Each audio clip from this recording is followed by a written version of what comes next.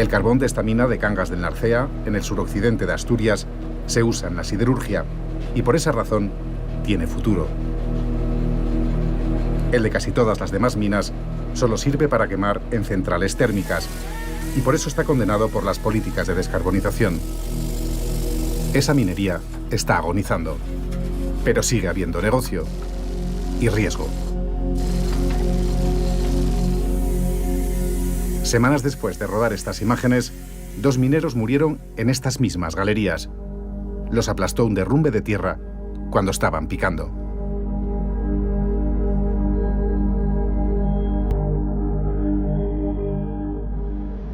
El de Vega de Rengos fue el segundo accidente del año en Asturias. En marzo, en este otro pozo, en Cerredo, murieron 5 mineros. A ellos los mató una explosión de gas grisú y un posible delito. Críos que querían vivir como los demás y ganar y tener una familia. ¿Qué sucedió? Pues un empresario, un chamicero, en vez de sacar material, que era para la autorización que tenía, sacaba carbón. Es evidente que estaban ocurriendo irregularidades. En Asturias y León, el cierre masivo de las minas ha dejado despobladas a comarcas enteras. Pues muerto, ya todo muerto. En Mieres, en el Pozo San Nicolás, trabajan para cerrar la mina. Es la última abierta de Unosa, la gran empresa pública del carbón. Nadie sabe lo que vendrá después. No sabemos todavía lo que va a ser de nosotros. Y más aquí en estos territorios que estamos acostumbrados a falsas reconversiones, a falsas esperanzas, que al final luego no llega a nada. En este pozo murieron 14 mineros hace 30 años. Hoy las grandes tragedias de la mina parecían ya cosa del pasado. Y el carbón, olvidado. Pero ahí sigue, en la tierra, alimentando con su brillo negro a trabajadores sin alternativas, a ambiciones legítimas o a la vieja avaricia de los hombres.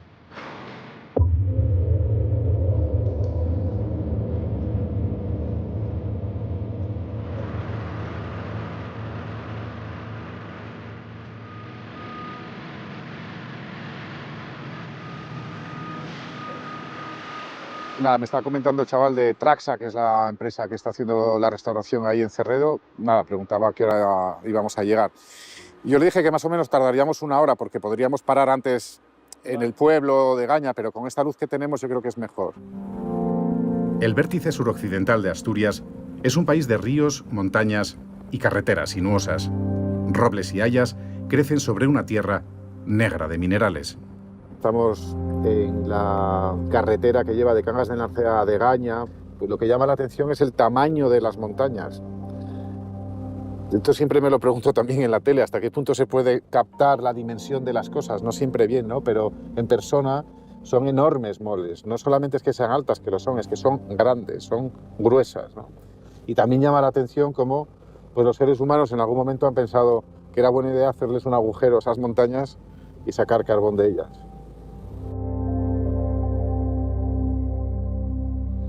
En Cerredo, en el concejo de Degaña, la minería floreció con el siglo XX. En esta población llegó a haber 3 oficinas bancarias. La mina pagaba. Hoy solo queda una. En el siglo XXI, el dinero y la gente se han ido con el carbón. Aquí el mineral fue la vida. ¿Cómo lo vivió usted? ¿Eso fue cómo? A ver, bastante fuerte. No se lo esperaban. No. Pues sabía que había actividad, que había trabajo allí, ¿no? Bueno, estaban un poco ahí, pero tampoco sé mucho más. Estaban sacando carbón. Ilegal, lo sabéis vosotros y lo sé yo y lo sabe todo el mundo. ¿Y dónde están los controles? La montaña de Cerredo sube hasta los 1700 metros. En la falda del monte está el pozo del Mangueiro. Las huellas del trabajo y el carbón conviven con las marcas del abandono y la fatalidad. Aquí es donde tuvo lugar el accidente del 31 de marzo de 2025. Eran las 8:30 de la mañana cuando el relevo enfiló hacia la bocamina.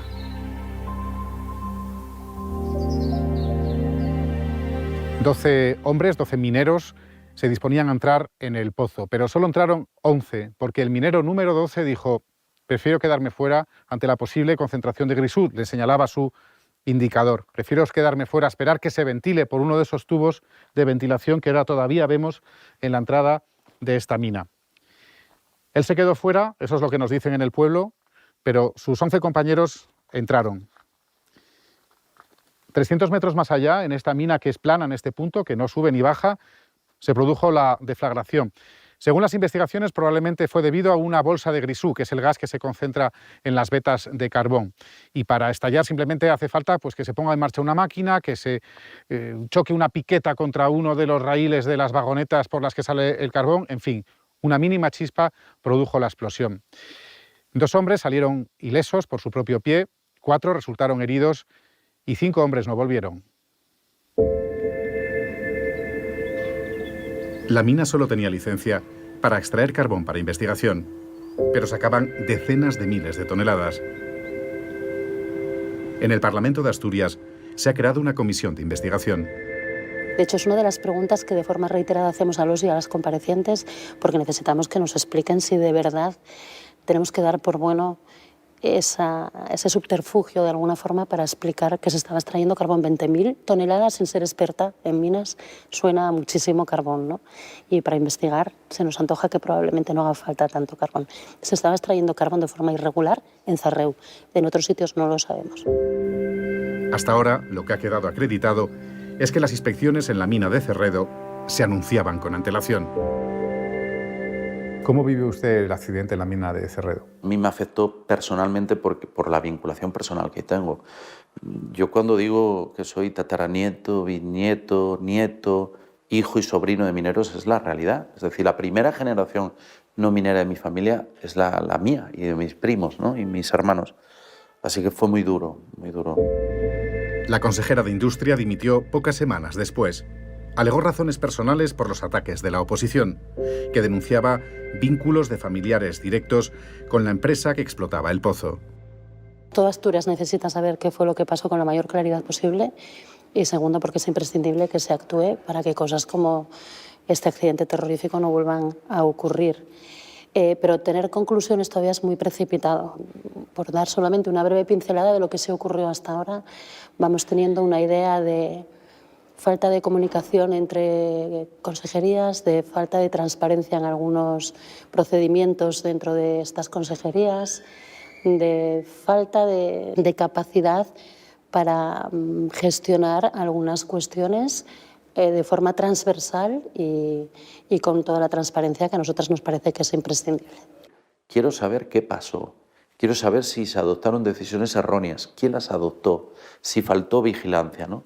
Más allá, evidentemente, de la comisión parlamentaria que está teniendo lugar. Así que todo eso, sumado a la judicial, que luego es la clave, es la que va a marcar por las lógicas responsabilidades penales, que yo creo que las hay.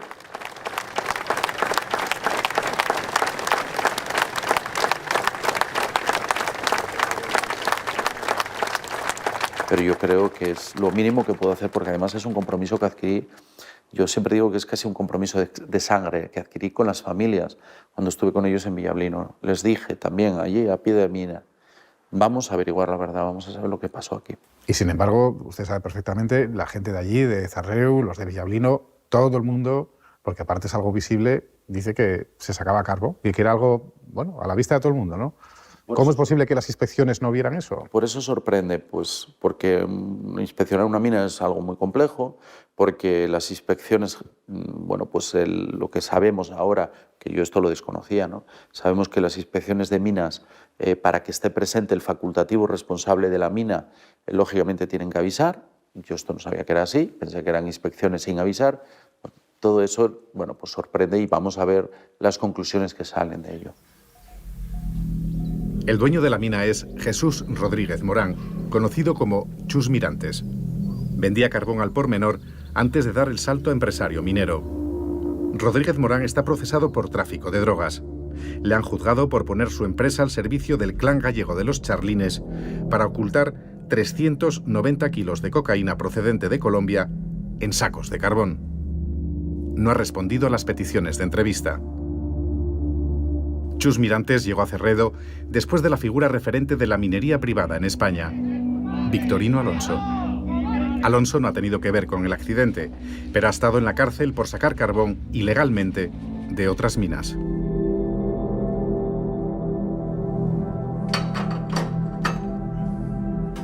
Cuando presentamos la idea de este documental en la tele, algunos de los jefes nos decían, sabían que había habido un accidente en Cerredo con 5 muertos y 6 heridos, pero decían, pero bueno, yo lo que te quedo alucinado es que haya gente todavía metida en la tierra picando, ¿no? Y sacando carbón. O sea que una de las primeras cosas que sorprende a mucha gente es que siga habiendo minas, ¿no? Y la pregunta inmediata es que, ¿por qué? O sea, ¿cómo es posible que siga habiendo minas? ¿Qué pasa? ¿Que el carbón no se supone que no era rentable? ¿Qué es lo que pasa? ¿Por qué hay todavía un negocio ahí? Lo que ocurre es que ahora hay grandísimas subvenciones europeas para las tierras raras, para los nuevos materiales, y entonces estas empresas, que son las empresas de siempre, en el caso de Cerredo, pues los chamiceros, en el caso de gente más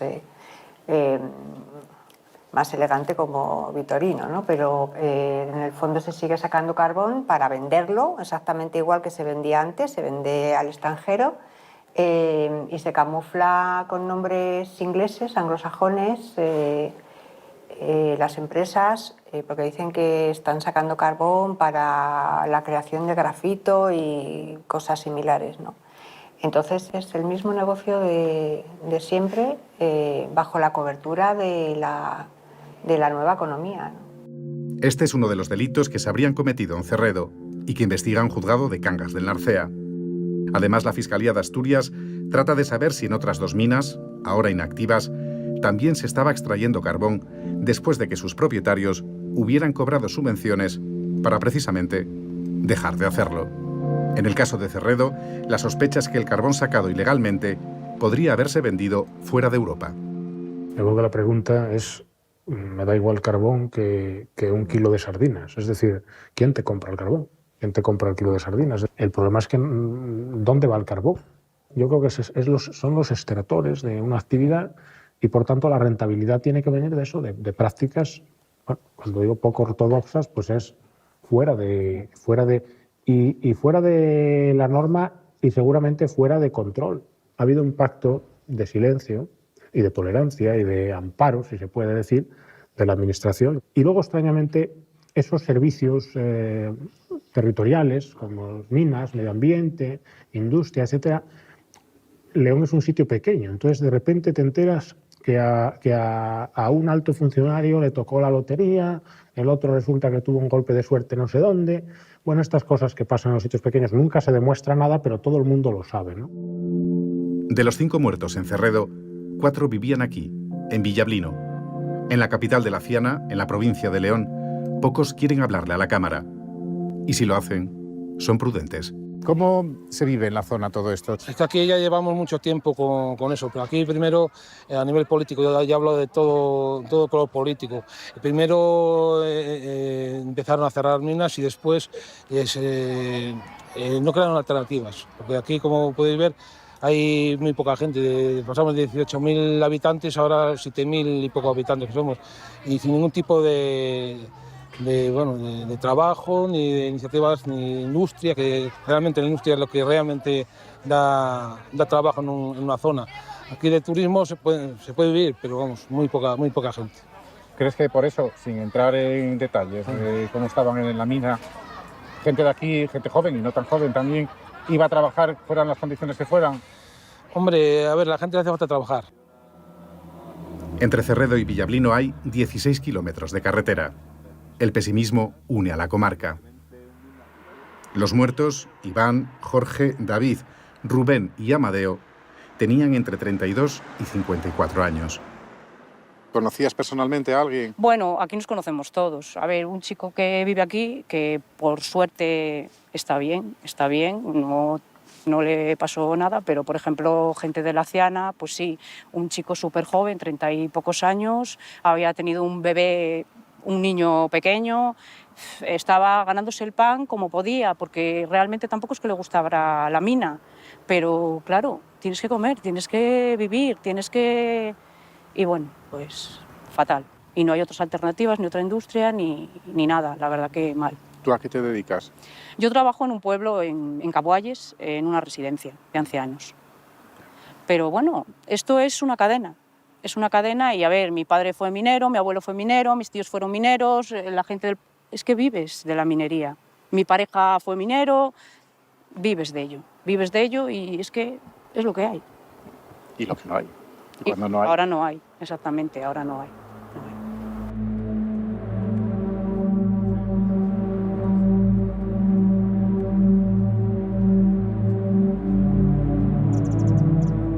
Del Pozo María, en Caboalles de Abajo, en León, hace años que dejó de extraerse carbón. Ahora aquí hay un proyecto de instalar un museo. Emilio El Calasio trabajó en este pozo cuando era picador. Nombre y cómo te presentamos. Emilio Santiago Gómez, natural de Caboalles de Abajo y es minero de la MSB. Estuvimos en Villablino preguntando por cómo habían vivido el accidente en Cerredo y cómo veían el final de la minería y casi nadie quiso hablar con nosotros. Prácticamente nadie. ¿Por qué nadie quiere hablar con nosotros? Porque es un tema muy, muy duro de hablar en esta época. Nadie nos decía que... ¿Quién nos aseguraba que iba a volver a pasar ese accidente en la época que vivimos? Date cuenta que el antepenúltimo, fue en el año 78, ahora en octubre, hace una porrada de años, que se mataron 10 mineros por una explosión de grisú. Doloroso, porque es gente toda de la Ciana y un berciano, críos que querían vivir como los demás y ganar y tener una familia. ¿Qué sucedió? Pues un empresario, un chamicero, en vez de sacar material, que era para la autorización que tenía, sacaba carbón, porque está demostrado que estaba sacando carbón. Entonces, claro, la gente tiene también miedo a hablar. ¿Por qué no tienes miedo tú? Porque no tengo el culo arrendado. Y para mí, las personas cuando pierden la dignidad, pierden todo. Yo siempre me expresé, siempre... El día que yo no pueda decir lo que siento, es que ya algo comí que no era mío. Por eso no tengo miedo. En mi vida laboral jamás le debí un favor a la empresa, ni a ningún jefe. Entonces, por eso puedo permitirme el lujo de decir lo que pienso y lo que siento.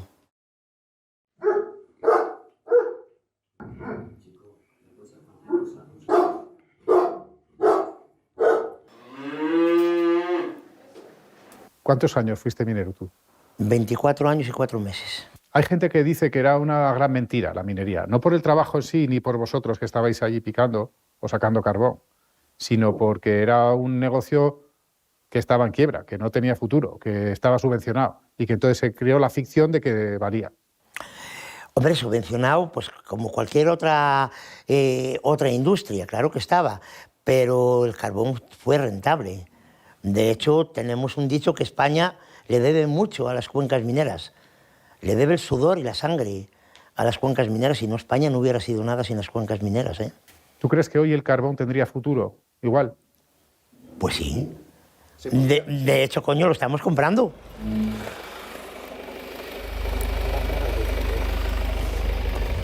Tú la mina la tenías que conocer igual que conoces a tu mujer. Lo mismito, porque el minero entra, pero nunca sabe si sale. Tú sabes que vas a entrar para ahí, pero nunca sabes si vas a volver a salir. Entonces dependes del compañero que está al lado tuyo y de conocer la mina. Yo te puedo garantizar que como muchos más, cuántos lunes ir a trabajar y quedarte dormido dentro, la confianza que tenías ya dentro de la mina, debajo de una llave, en un taller, porque conocías los compañeros que tenías al lado y cómo funcionaba la mina después de tantos años. Y con respecto a la superficie, cuando estemos por aquí, ¿cuánta tierra tenemos por encima? Bueno, podremos tener más o menos unos 400 metros aproximadamente, pero bueno, eso es insignificante, ¿eh? Podemos tener 1 kilómetro, no va a pasar absolutamente nada. Pasan pocos minutos de las 8 de la mañana y ha entrado el primer grupo de trabajadores de esta mina. Son un poco más de 30, pero aquí ya tienen 3 turnos, lo que significa que las 24 horas del día hay gente trabajando en esta mina de Cangas en la Narcea, en la que ahora mismo nos disponemos a entrar.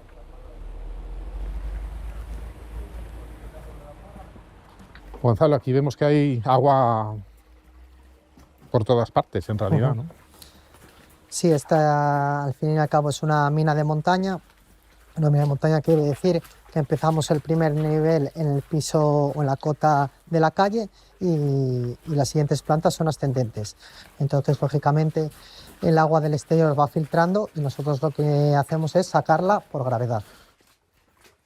Sí, aquí notamos el aire bastante fresco que procede de la entrada de la mina y una temperatura bastante baja, no sé, en torno a 10 grados, una cosa así, yo diría. Tenemos por delante más de 1,5 kilómetros de marcha.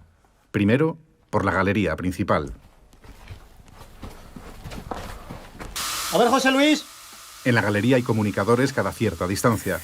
Pueden salvar vidas. Cuando encontráis esto, o sea, ya lo habéis encontrado, ¿cómo es ese momento? Cuando dices, di con esta capa, di con la beta. Ya íbamos a ello. Ya íbamos a ello, entonces no nos pilla de sorpresa. Nosotros había un proyecto y una programación, entonces simplemente ejecutamos ese proyecto. O sea, no es una sorpresa como en una película No, no es una cuando sorpresa. encuentran una pepita de oro. No, está todo proyectado. Por fin llegamos al lugar de extracción. Los mineros lo llaman el frente.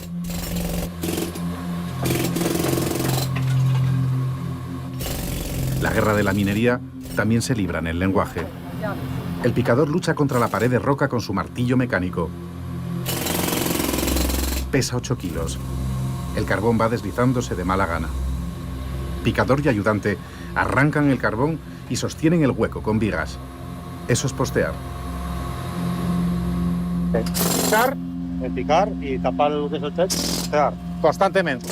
Todos los días en el mismo trabajo, pues continuamente.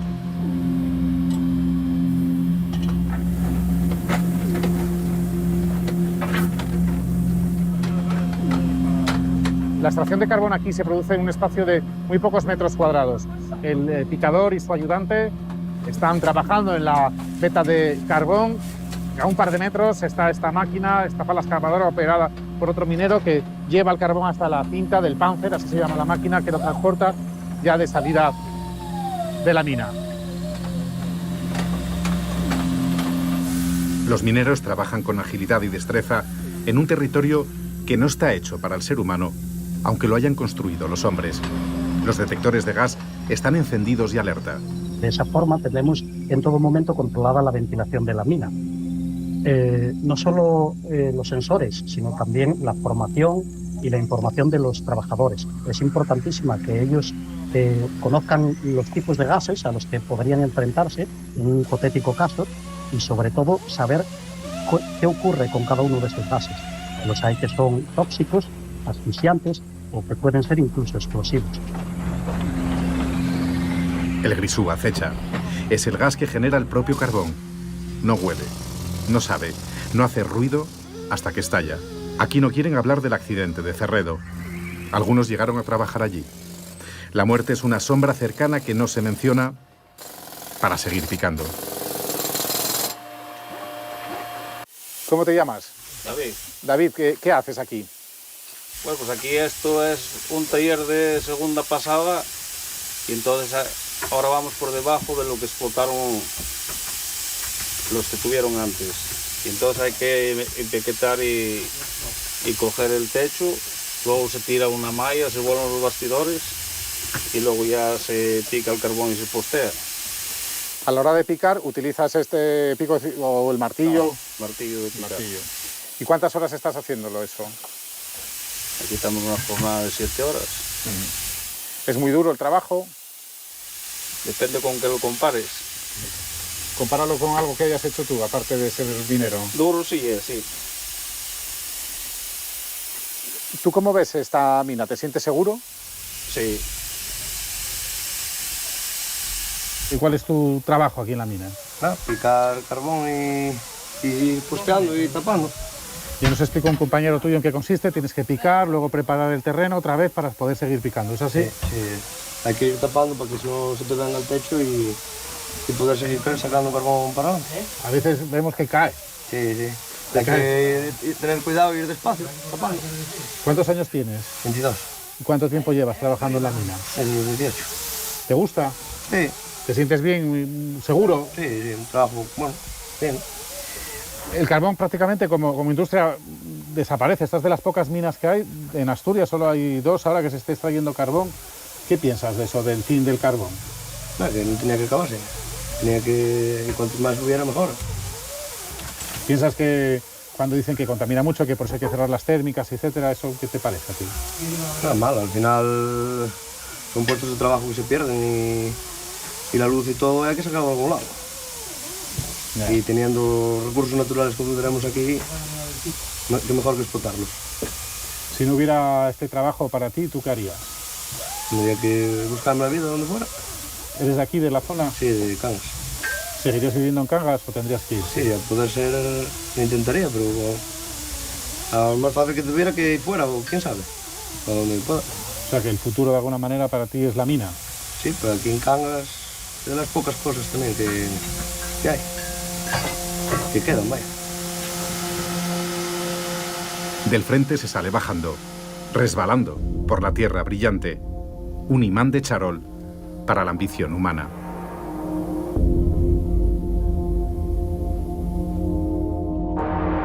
El agua nos acompaña hasta la salida, donde el carbón ya no parece el hijo de la montaña.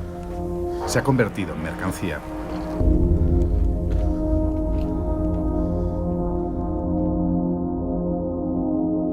Gracias lo primero por permitirnos estar con vosotros hoy. Estaremos intentando no molestar. Rodamos en esta mina el 15 de octubre de 2025. El 21 de noviembre, un derrumbe de tierra mató a 2 mineros. A Nilson Soares, de 42 años, picador, y Óscar Díaz, de 32, ayudante, acababan de empezar el turno de la tarde. Recorrieron el mismo 1,5 kilómetros de galería que nosotros, subieron la misma rampa y atacaron el frente que grabamos.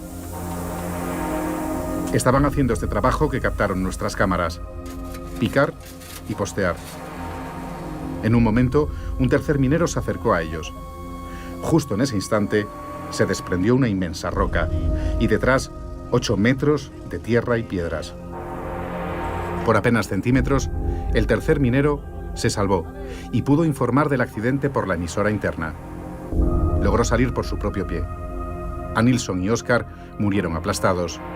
Sus propios compañeros rescataron los cadáveres del escombro. La mina tenía inspecciones cada 3 semanas. La última vez, justo el día anterior al accidente.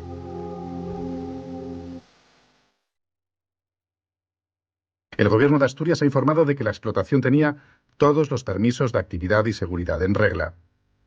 Sus propietarios y responsables nos lo subrayaron antes y durante el rodaje. Vamos por el libro, sobredimensionamos la seguridad. Pero los mineros saben que el riesgo cero no existe a 500 metros bajo tierra, que cada día en el pozo es un desafío al destino.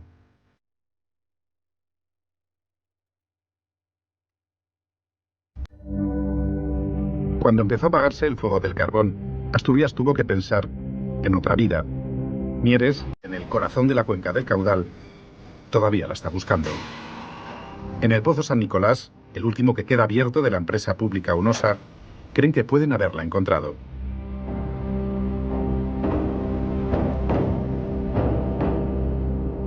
Hoy las galerías están silenciosas y casi vacías. Forman una trama gigantesca a cientos de metros de profundidad en la que solo quedan unos pocos mineros recuperando material.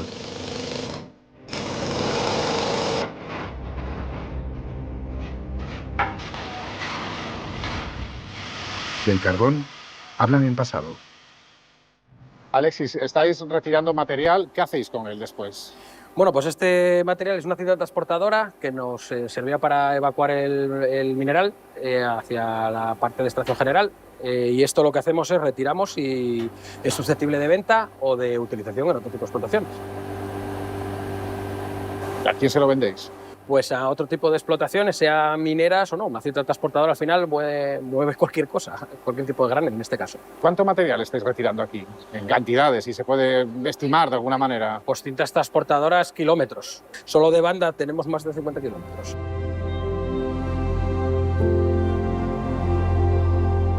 ¿Qué sensación te da a ti, como director de la explotación, de deshacerte de este material? Ya no solo el cierre, pero el material que forma parte también de...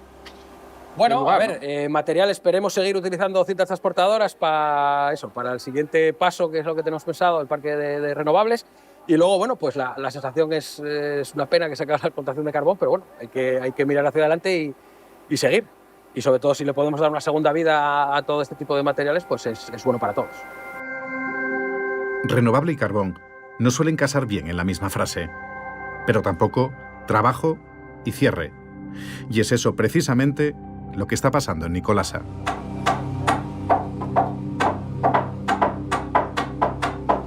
¿Y esa parte se va a inundar? Sí, esta parte se va a inundar. Ahí todavía quedaba carbón en esa parte de donde se explotaba. Bueno, en esta parte de aquí no, pero más abajo sí. Como os dije aquí, el yacimiento es vertical, entonces digamos que hemos acabado una parte, pero para abajo sigue el yacimiento. Además aquí es bastante, en ese aspecto es bastante regular. En todo lo que cabe de lo difíciles que son los yacimientos asturianos. Esta parte está finiquitada.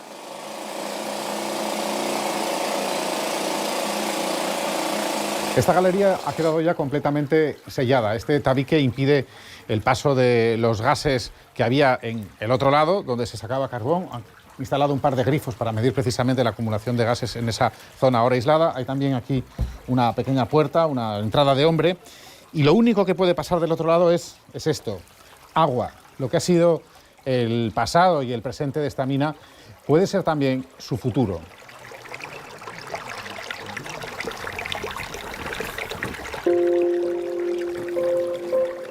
El carbón que nació hace miles de años en ciénagas y pantanos está encontrando su tumba bajo toneladas de agua. En los pozos asturianos ya cerrados se acumulan 70 millones de metros cúbicos.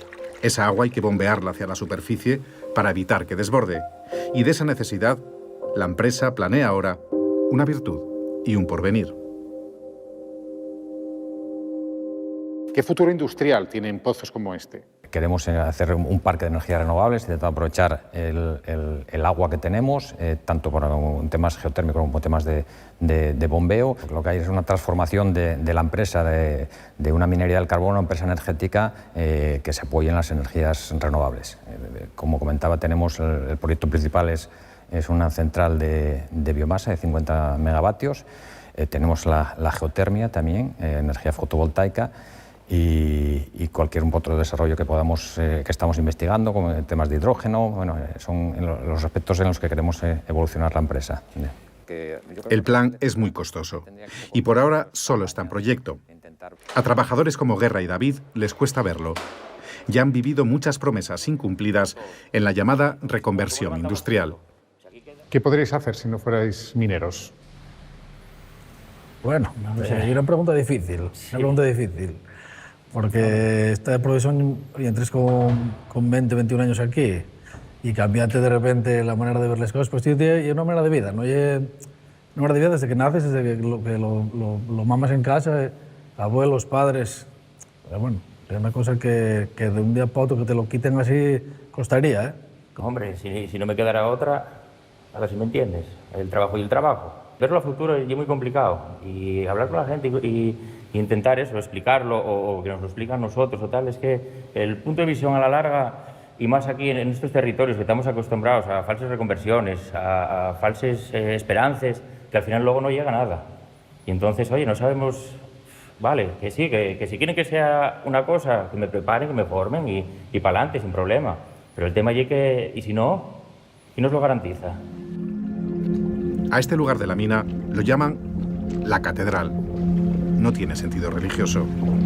El 31 de diciembre de 2024, el carbón de Nicolasa se deslizó por estas cintas en su viaje final y se subió al último vagón. No hay imágenes de la despedida. Las cuencas mineras llevan preguntándose qué son y a dónde van desde los años 70 del siglo pasado, cuando se empezó a hablar del cierre de las minas.